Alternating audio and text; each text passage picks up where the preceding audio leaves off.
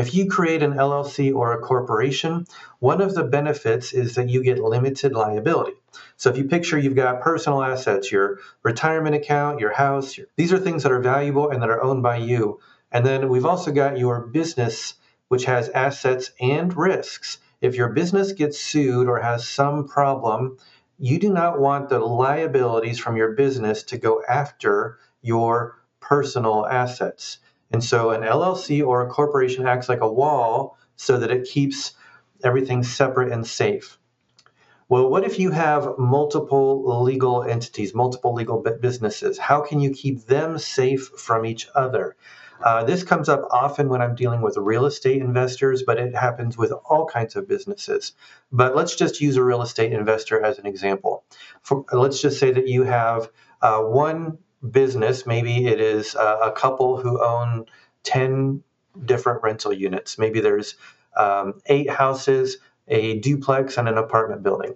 If they're all in one business, like an LLC, and there is a lawsuit that affects one, then all of those other assets are exposed to the risk of that liability. And if there's a lawsuit there, then a judgment could be entered against all of those assets. So they will often split them out into separate businesses. So there's one piece of real estate per LLC or corporation. And then oftentimes there is a parent company that owns them all. And so we call that a subsidiary or a holding company, depending on which way you're looking at it. Well, you want to make sure that the protections, if one apartment building or house gets sued, that they cannot go after the assets in either of the other buildings, any of the other LLCs. And the way that we do this, first of all, is we do what every business should do. And that is you have to accept and treat each business as if it is a separate legal person. And so that's exactly what happens. When you form an LLC or a corporation, you are creating what the law thinks of as a person separate from the owners. And that person, that legal person, has rights like the ability to enter into a contract, the ability to own property, and obligations, that go along with those. You want to treat that person as if it is completely separate from the owner. So that legal person will have a bank account. It will have its own systems. When the owner signs a contract on behalf of that company, they're going to make it really clear which company they are signing the contract on behalf of. You do these things and you keep all of your different businesses separate, you're going to find that you get as much of the protections as necessary. And so the 3 things that I always tell people when you set up an LLC, you need to have a registration with the state. This is easy. Anybody can do this. You need to have an operating agreement, or if it's a corporation, bylaws.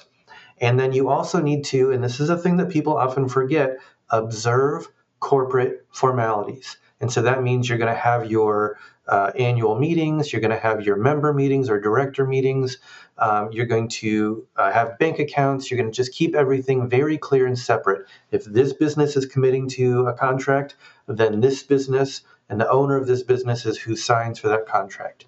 So that is what we need to do, is we need to treat every entity as if it is a separate person. Now, do you really need a checking account or bank account for every business? And I will say this, that it is okay for a person or a legal person, a business in this case, to let someone else manage their finances. Now, what this does is it puts an extra level of responsibility on that person to keep things clear. So, for example, let's just say that you are a person who is unable to manage your own financial affairs. So you might have a guardian or someone else who does that for you. That's fine. That guardian needs to make it really abundantly clear, here are the assets for this person, and they are separate from the assets for another person they're a guardian for. And so you do not necessarily need a banking account as long as you have really clear separation in some other form.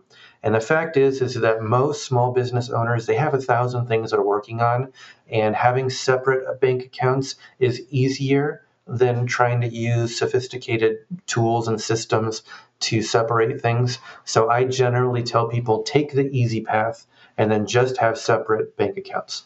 So that is how we do that. Now, this is true even for non-real estate companies. If you have a holding company that holds intellectual property, or something else, some other way of subdividing your business or your organization into multiple parts, it's the same thing as in the real estate example. If you have questions, share them. I love answering your questions. And if you like watching these videos, make sure to hit the subscribe or follow button. It's been nice talking to you, and we'll see you soon.